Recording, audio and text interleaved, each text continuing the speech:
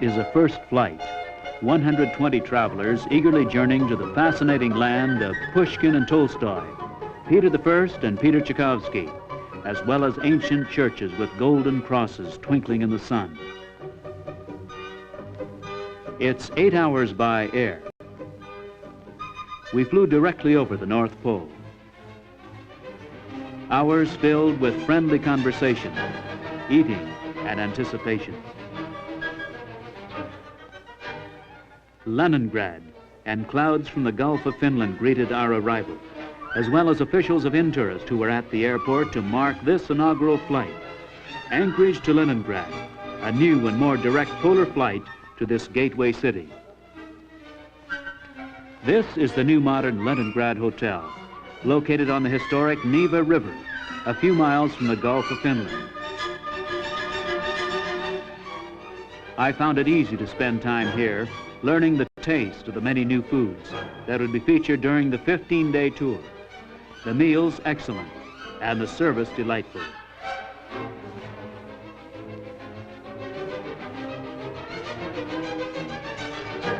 Crossing the Neva River on one of the city's bridges, built in 1913 to celebrate the 300th anniversary of the founding of the royal family of Russia, Romanov's family of Tsars and Tsarinas.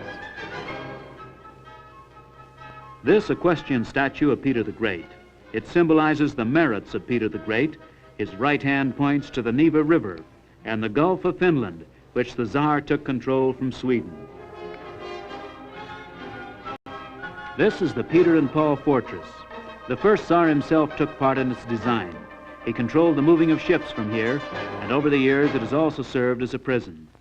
Inside this brick wall stands the first living house of Leningrad, built by Peter the Great.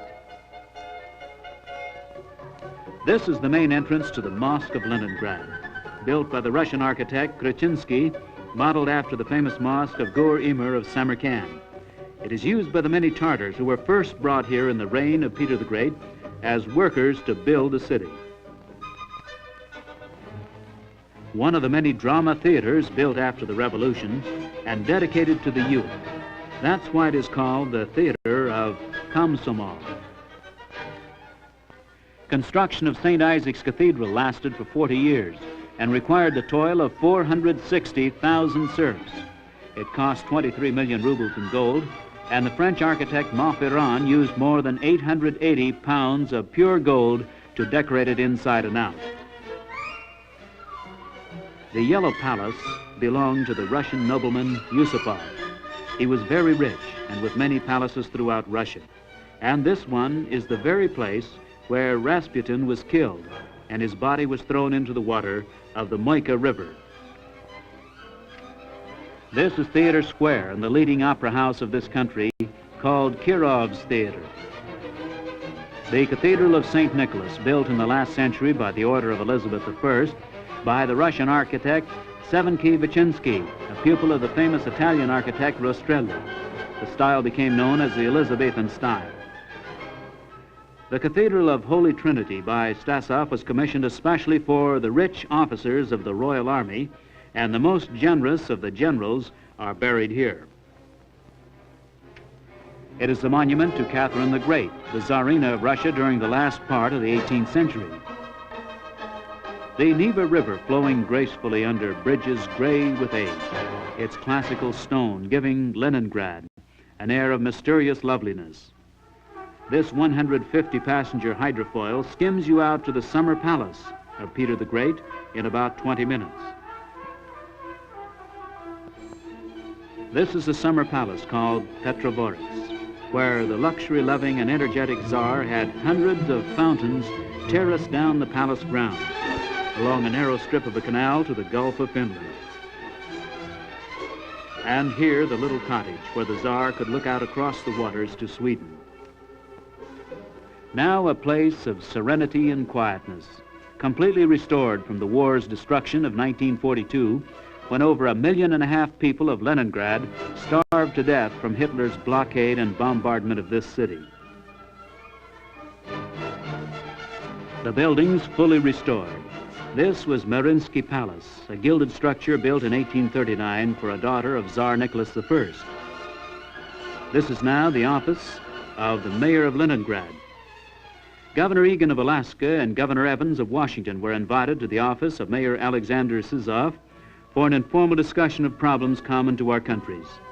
Also present were Congressman Begich and Mayor Rice of Fairbanks and Assistant Secretary of Commerce Robert Podesta. Subjects discussed were problems of big cities such as transportation, parking, air pollution, crime, and how to get the necessary revenues for city budgets.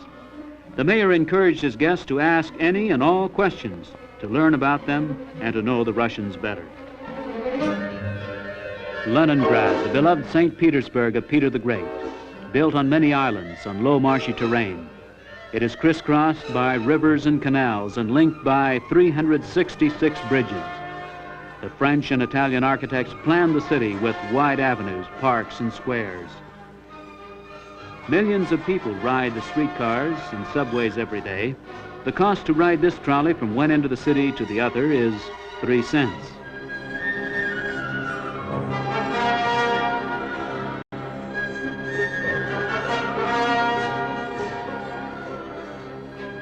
We are moving along the Nevsky Prospect. This is the oldest street of the city and the principal street of Leningrad. This church was built on the very spot where the Russian Tsar Alexander II was killed by terrorists in 1881. The Cathedral of St. Mother of Kazan, built in the last century by the famous Russian architect Voronin. It was built as a memorial to the war against Napoleon. The trophies of that war taken from the French rich men, and the keys to the French city are kept inside. Across the Dnieper River from our hotel, this reminder of the revolution, the battleship Aurora, which fired its cannon as a signal to the Bolsheviks to storm the Winter Palace. And standing in the courtyard of the palace, it was not hard for us to imagine what the scene was like during those 10 days that shook the world. Here in Leningrad, this metropolis intimately linked with the nation's turbulent history. And inside the palace, the largest collection of objects of art and antiques in the world. Over 2,500,000 exhibits of ethnographic, primitive, and antique sculpture. This museum, now called the Hermitage, the renowned archives containing treasured relics of the past. Nighttime dining and entertainment was a part of our Leningrad tour, and sampling the enormous culture of the Russian people gave us a happy evening here in one of the city's restaurants that was colorful and fun to visit.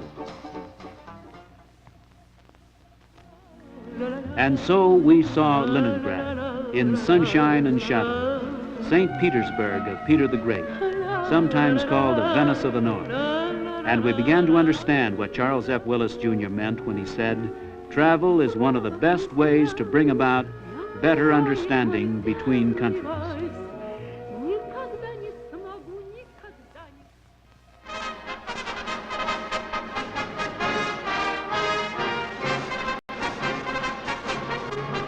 This is Moscow, the capital of the USSR, its political, administrative, and cultural center.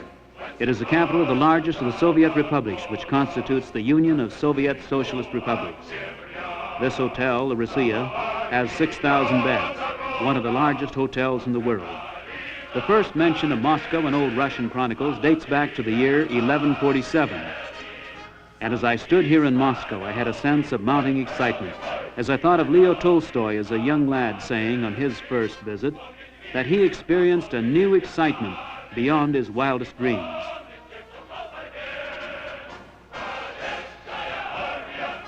The Moscow River not only provides transportation for the people who live here, but the boats passing up and down the river, filled with eager tourists, gives the visitor an idea of the central section of the city, with its parks, bridges, buildings, and squares. Looking from Lenin Hill, west of the city, the most dominant structure is Lenin Stadium, which is a center for great sports spectaculars featuring some of the Soviet Union's top athletic stars. The Onion Dome Cathedral of St. Basil the Blessed, located across from the Russia Hotel, and the first structure we see on our walking tour of the Kremlin and Red Square. It was built on the order of Ivan the Terrible in 1562 to commemorate the victorious battle over the Tartars. After 300 years of Tartar domination, Russia got national freedom following 9 battles. That's why 9 cupolas of various designs and colors. The changing of the guard in Red Square at the entrance to Lenin's tomb is always an important occasion for the tourist photographers.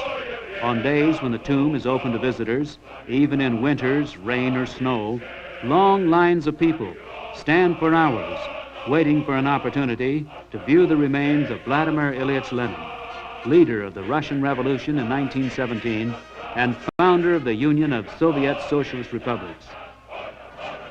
Inside the Kremlin, this bronze and granite statue of Lenin was unveiled recently.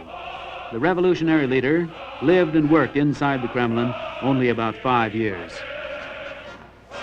Everyone who comes here has a picture taken in the square, and I did too.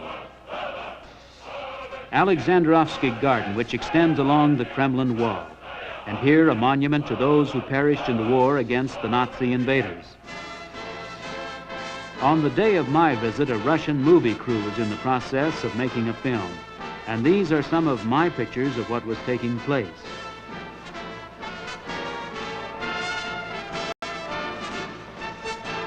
Inside the Kremlin, we see the arsenal with these huge cannons, built with melted down church bells by Peter the Great during the war against Sweden in the early 18th century. The Kremlin Palace of Congresses, built in 1960, one of the most important buildings in Moscow, and it was here I enjoyed Peter Tchaikovsky's Swan Lake.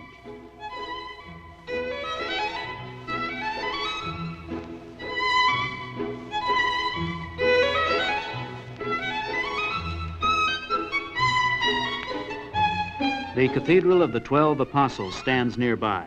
It was linked to the Patriarch's Palace by tunnels, enabling the movement between important buildings without leaving cover.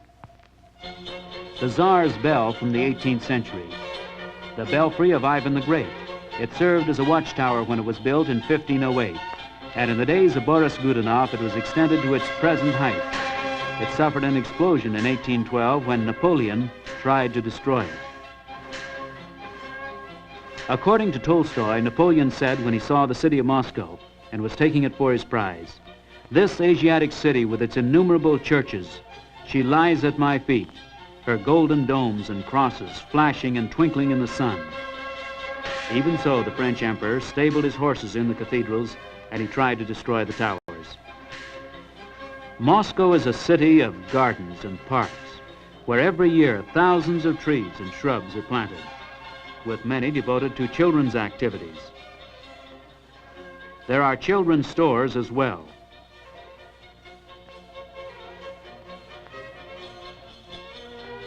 This is Moscow University, located atop Lenin Hill above the Moscow River. The university has 1,000 scientific laboratories, 37 buildings which, besides the halls of learning, houses students, teachers, and professors.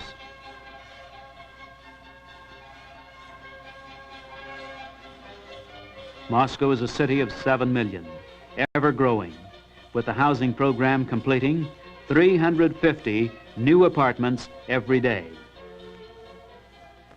Moscow has excellent museums, which are very popular to visitors to the capital city. This is the Pushkin Fine Arts Museum, and it contains a very large collection of paintings, sculpture, and historical pieces from many centuries. I took a shopping trip through the state-run Berezovka store, and you must remember that in this shop they will accept only foreign currency and do not accept Russian rubles. Sochi on the Black Sea is considered one of the most fashionable health resorts in the Soviet Union, with a long warm season of 240 sunny days. The average temperature in the summer is 80 degrees, as the subtropic beaches are sheltered from cold winds by the majestic mountains to the east. Sochi is well known, not only for the fine hotels such as the Primorskaya seen here, which was my home for 3 days, but the city is also a place of gardens and parks. And it is a busy seaport city with holiday cruise opportunity on the Black Sea. I was here on Sunday and visited with these young churchgoers of the Russian Baptist Christian Union of Sochi.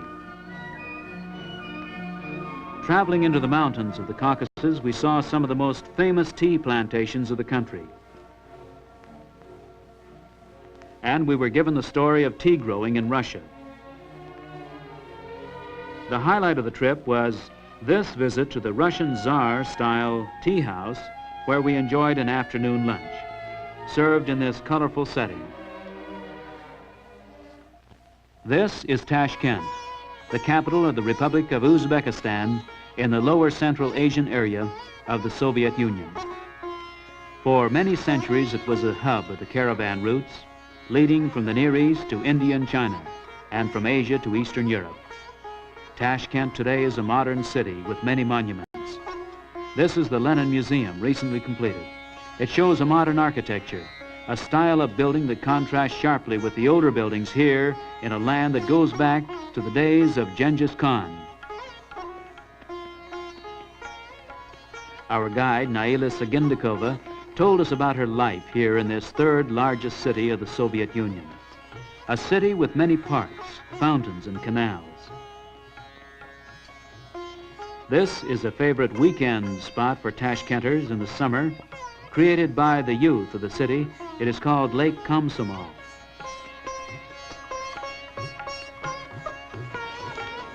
The shopping market here was colorful and interesting to visit, with produce brought in from nearby orchards, truck gardens, melon plots.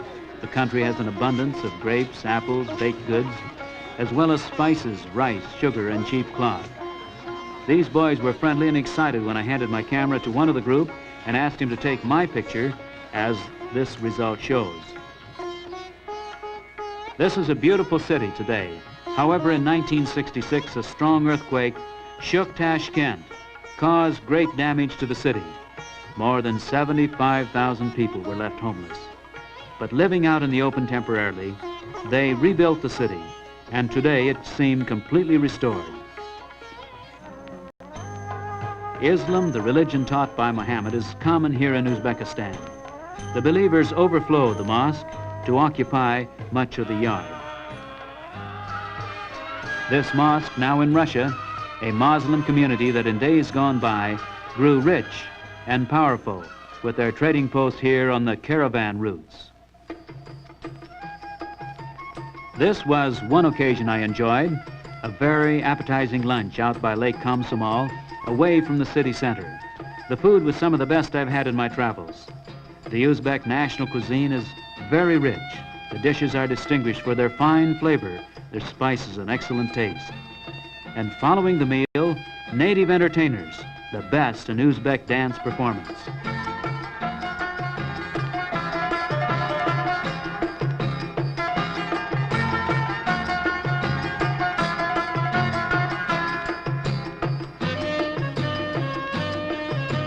We traveled 32 miles from Tashkent to this collective farm, one of the richest farms, named Kazoo, Uzbekistan, and open to all visitors.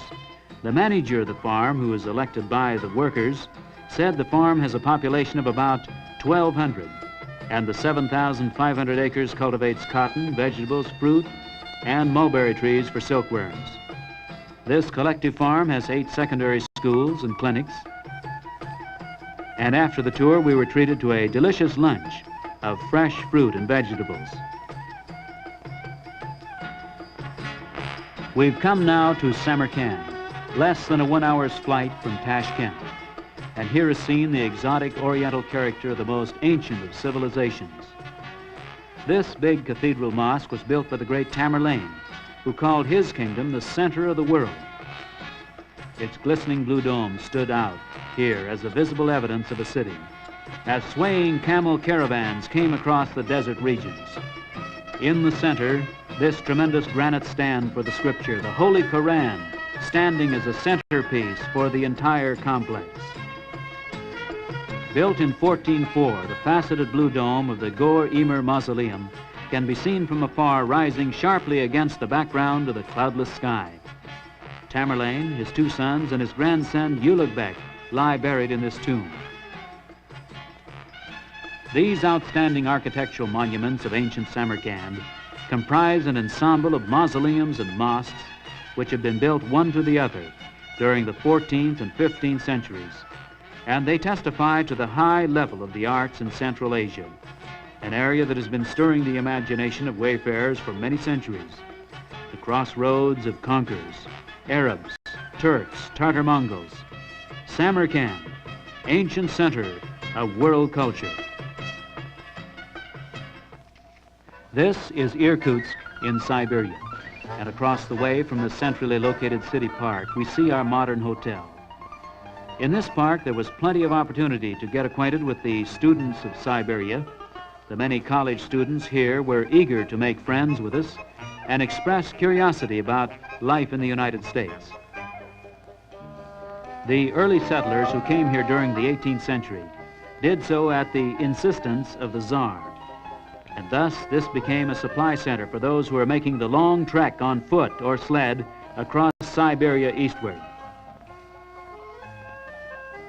Here at the Church of the Crucifixion is the grave of Georgy Shelikov of Irkutsk. He was one of the early explorers of Alaska. He sailed to Alaska from here in 1783 with 3 ships he built from timber of the Siberian forest. He established fur trading as an important industry between Russia and Alaska.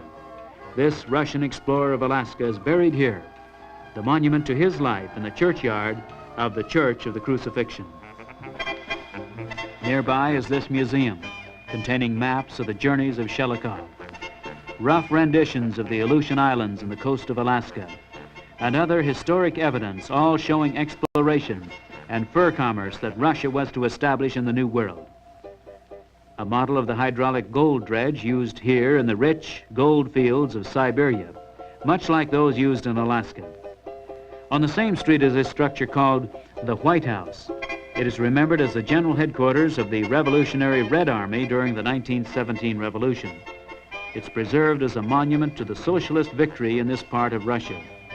School children were on tour here and gave evidence that the children of Siberia spend much time in the open air and in the parks. This is the Technical Institute of Irkutsk with an enrollment of 20,000 students. The 5-year study is open to all who pass the entrance examination. There is no charge for tuition or housing, and a stipend is paid some of the top students. While in Irkutsk, there was plenty of time to go out on the streets and sidewalks or parks by yourself and get to know the Russians on your own. You can leave your party as you wish and stroll through back streets as well as shops and open-air markets. Getting to know the Russians is one of the unique opportunities that comes with a tour of this type. Their habits and various customs that are different from Western culture, as well as the food found in the restaurants that will continue to interest you. Other points of interest are these old wooden buildings, embellished by fine wood carvings. They are weather-beaten and turn my thoughts to what I've heard of those cold Siberian winters, even though the weather on this day was 80 degrees. And while in Irkutsk, our Siberian guide Tamara gave this impression of visitors here. My impression is that Americans are very much interested in the history of Russia, and especially they are interested in the development of Siberia. But I should say that many of them think that Siberia is a wild area covered with ice and forest. And I'm very glad that when they come here, they see different things, and they are glad to see them here. And I should say that in some respect, Americans are like Russians. As for the townspeople, much life centers around the recreation of the beautiful parks and the Angora River. This is the world's largest freshwater lake, and we're about to start a tour by hydrofoil here on Lake Baikal. This is a remarkable body of water. It's the deepest in the world, and it contains as much water as all 5 of the Great Lakes of the United States and Canada. The comfortable hydrofoil took us past interesting villages and farms along the shoreline. The forested areas abound in sable, ermine, and muskrat. The shoreline of Baikal is 1,200 miles long. The lake was reformed in 1879 when a great earthquake to the force of 11 remade the lake. As the lake and the earth convulsed, a frightening rumble rolled across the countryside, and fire and molten lava leaped into the sky. Today, this lake is more than a mile deep. It is surrounded with colorful villages and small factories. This area is an attraction for hikers and campers of all ages during the warm summers. The high point of our day at Baikal in Siberia was this delightful luncheon. The bus ride back through the forests of the region, and it gave us a chance to see the open country and the farms along the way back to the city. And the end of our visit to Irkutsk in Siberia. This is Khabarovsk, the Soviet Far East. It's the main eastern depot for the renowned Trans-Siberian Railroad. It's a modern-looking city with many young people, has a population of about 500,000. Our hotel, the Centralinia, was quite new and modern. Every room had a private bath, and the furnishings were very bright. The city planners here seem to give great consideration to the planting of trees and shrubs and open areas. Our English-speaking guide was remarkably friendly and informed.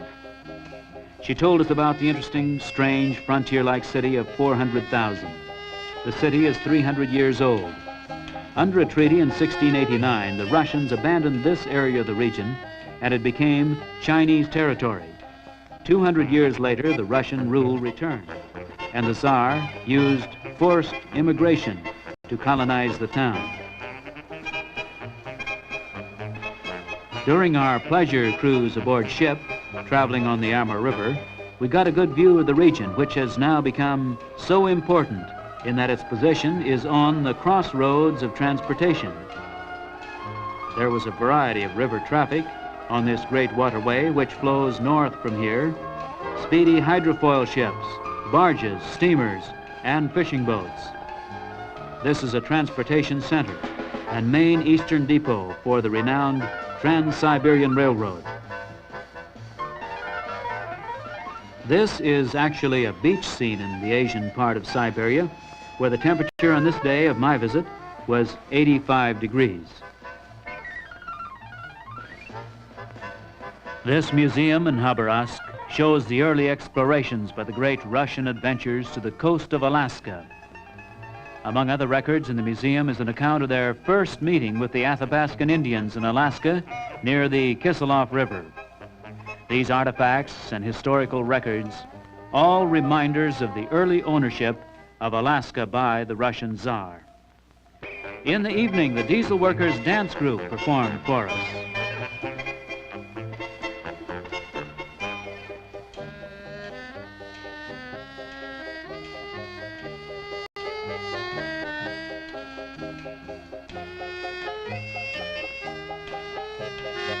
The gala dinner that evening in the very elegant hotel dining room was something to remember, with about 50 different kinds of food and beverage.